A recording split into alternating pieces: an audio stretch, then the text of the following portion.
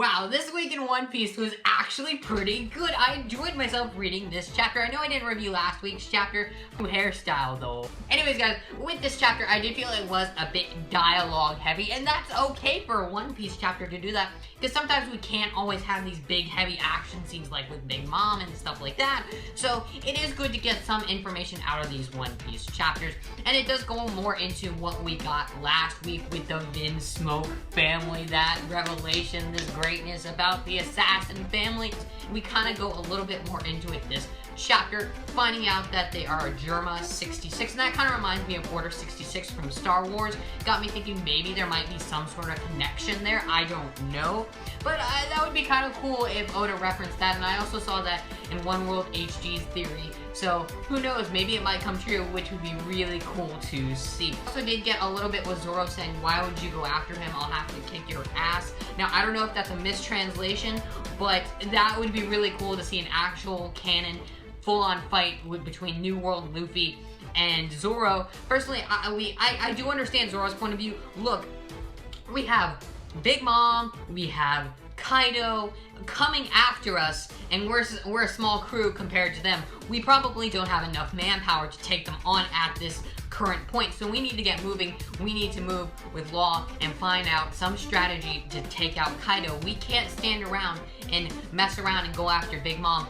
and go in charging guns ablaze and having no idea what we're doing. We can't just go guns ablazing, but that's kind of the One Piece idea. Guns ablazing into somewhere like, for example, Dressrosa or Skypiea, or especially with the Marineford War. That is one of the best examples I can give you. Luffy just goes in, he knows he is at an extreme disadvantage. He is going into somewhere that has an extreme amount of Navy officers that are admirals and vice admirals and captains, and he's just going in there.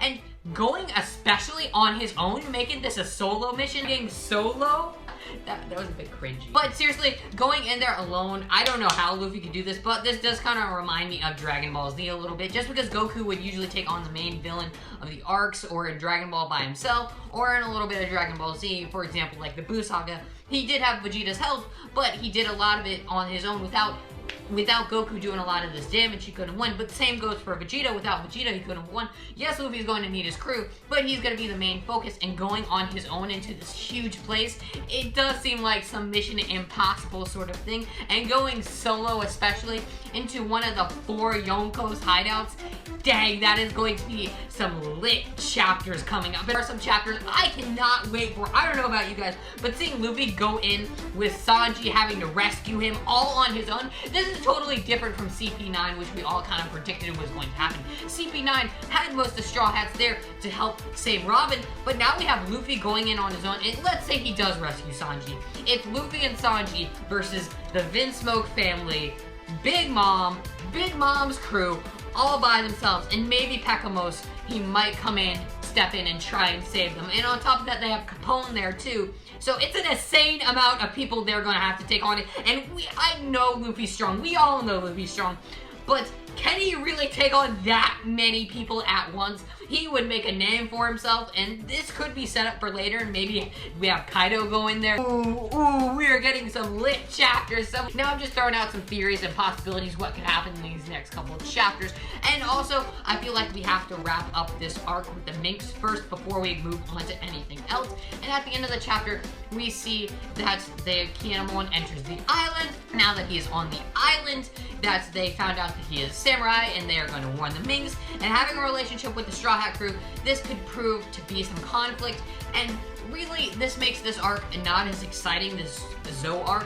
But in my opinion, I feel like the next arcs are coming up, especially like with the Wano Kingdom and the quickly coming Sanji rescue arc. Those are going to be extremely, extremely exciting.